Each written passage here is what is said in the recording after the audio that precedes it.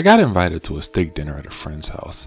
Being a carnivore, I of course said yes. I make my way to their house and pull into the driveway and get out. Upon getting out, I realized my '79 Bronco was sticking out a good ways into the street. Not wanting a dump ticket, I hopped back in and reversed my car to park in the street. As I'm in the middle of the road, and currently taking up both sides, I noticed to my left a cop car on the road. No headlights, no blue and whites, just silent strolling. Being that I am currently committing no crime, I proceed to continue parking on the street. I back up maybe a few inches and the blue and whites come on. A bit confused, I thought to myself, do I stay put and block the road, or do I pull to the side? I glance over to the cop to see if he is possibly giving directions on what to do. The next thing I see is his door open and his 12 gauge peeking over the top. I immediately put it in park and hands to 10 and 2. About this time, the rest of the fuzz show and they start barking orders. You know, open the door through the window, get out, hands on your head, the usual stuff. They make me walk backward towards the cop, who also has a 12 gauge pointed at me, drop to my knees and cuff me, search my person and my vehicle. All the while, I'm explaining I'm just trying to get to my friends to get some steak. Well, the search comes up empty, and they let me know I happen to fit a description of a guy that had a rifle. They uncuff me, let me go, and don't even apologize. I walked to my friend's porch, where they were of course watching, and said, "Guys, you'll never believe what happened." By the way, the steak was good. Now, I can't answer from an officer's point of view, but I can give you a civilian's perspective. I was 12 at the time. I was staying the weekend with my best friend. We knew each other since birth and lived next door as newborn babies. Every weekend of our youth, we took turns staying the night with each other. Well, my friend had a police officer living 2 houses down in the subdivision. One weekend, we were bored. Our parents were on a double date and left us, both 12, at our buddy's house. It was summer, so I was almost 13. We finished watching the movies we had rented and began looking for something to do. My buddy has the idea to knock on doors and run like hell. The first house we did it to, we got caught. It was our neighbor next door. He actually scared us and laughed uncontrollably. He was a great guy. We knocked on a few more doors and ran. Just being mischievous boys. We didn't damage any property or beat the hell out of the doors. I agree it was wrong, but no one was hurt and no property damage done. Everyone in the subdivision knew us both. We would mow for some residents and stop and talk when we seen people out. So we knock on the door at the end of the drive and run, laughing the whole way. Well, the cop from 2 doors down had been watching us and waiting. We were running back to my friend's house when the piece of crap clotheslined me while running full speed. He then rolls me on my stomach and starts rubbing my face on the sidewalk, making my forehead bleed. I'm crying and begging him to stop. He rolls me over and takes out his gun and tells me to open my mouth. He puts the barrel of the 9mm in my mouth and tells me that he should shoot me right then and there. I'm 13. I know I did wrong, and I admit it, but who does this to a kid? I screamed for my buddy to page my parents. This was the early 90s, so we didn't have luxury of cell phones yet. The cop continues to slap me in my face and head until I was so scared I pissed myself. This went off and on for 20 minutes. I finally hear the sound of my dad's truck hauling ass. He gets out of the truck. Now, my dad was 6'8" and 340 pounds, a very big built man and ex-military. He gets in the officer's face, who I should mention at this point is off duty, and after looking at me, threatens to snap him like a twig. The cop retreats instantly and goes home. I lay on the ground, forehead bloody, shirt ripped off of me, and piss all over me. We called headquarters, made reports, filed charges, and did everything we could to prosecute. Nothing happened. Now, this wasn't Officer Friendly's first and last stunt. My buddy's parents claimed that his wife ran into their house without knocking and crying because he was beating her. He also was eventually fired for using unnecessary force with another kid in the neighborhood. This horrified me. I know we have great law enforcement in some places, but I question a lot of law enforcement's integrity. What that cop did to me that night broke trust and made me almost hate the police. And why was it covered up? Why were no charges filed? The answer to those 2 questions I will never know.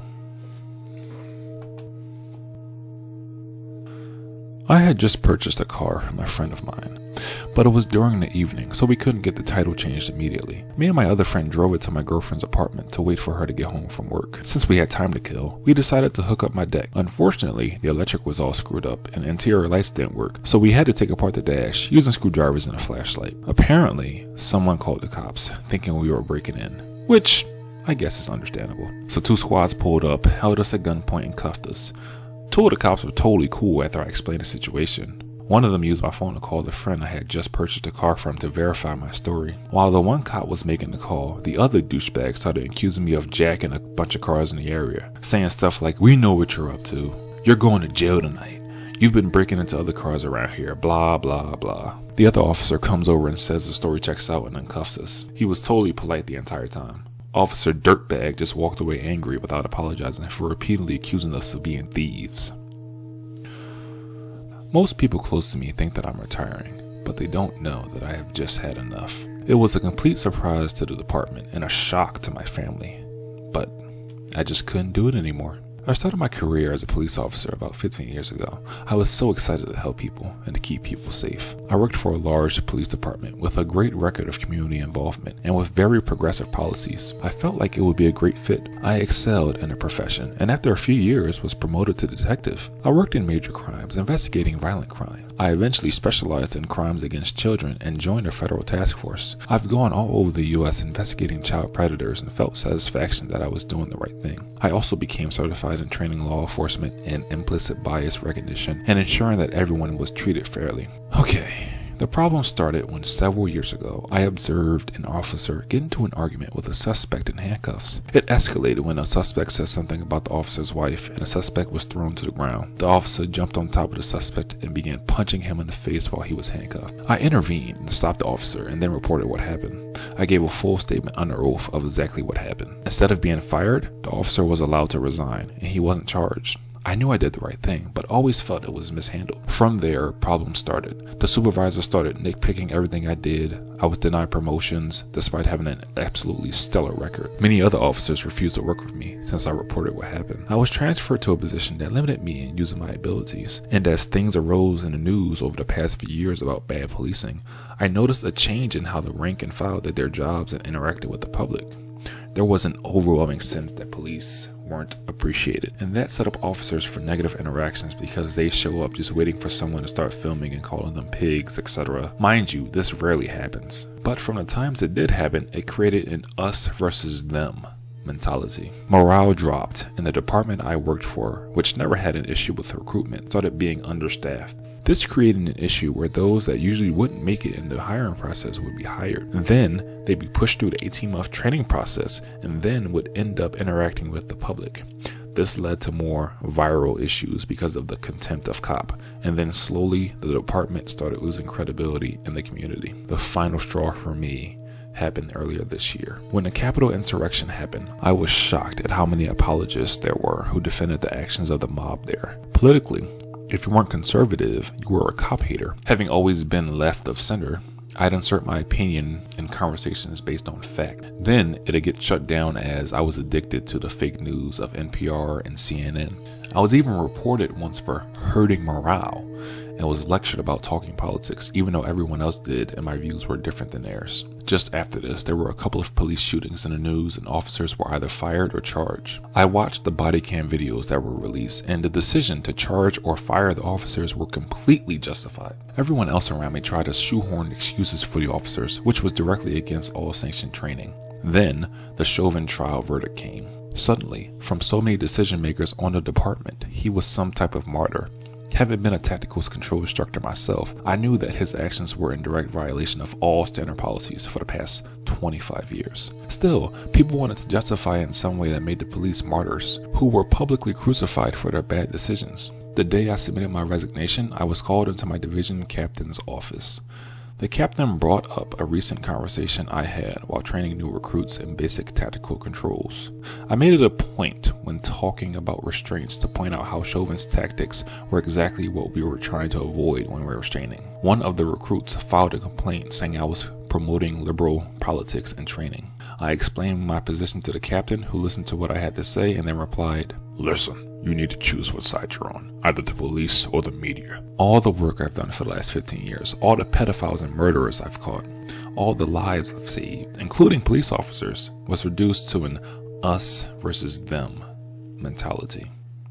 I was disgusted and walked back to my office. I typed up my resignation and returned 20 minutes later and handed it to the captain. I've forfeited my full retirement since I'm not staying for the full 20 required to collect it. But I knew that I couldn't take one more minute in that environment. I began my career to help people, and now the mission is to preserve their profession instead of to serve the public. I haven't told anyone the real reason I've quit because I don't want to get caught up in debates about the merits of my decision. All I know is that I'm free. To be honest, I'm half heartbroken and half relieved. The only way I'd work with law enforcement again is if I can start some type of training firm that focuses on the best implicit bias training and the safest tactics. I'm just not sure there's an appetite for that among the police nowadays. Thank you for listening to these harrowing stories.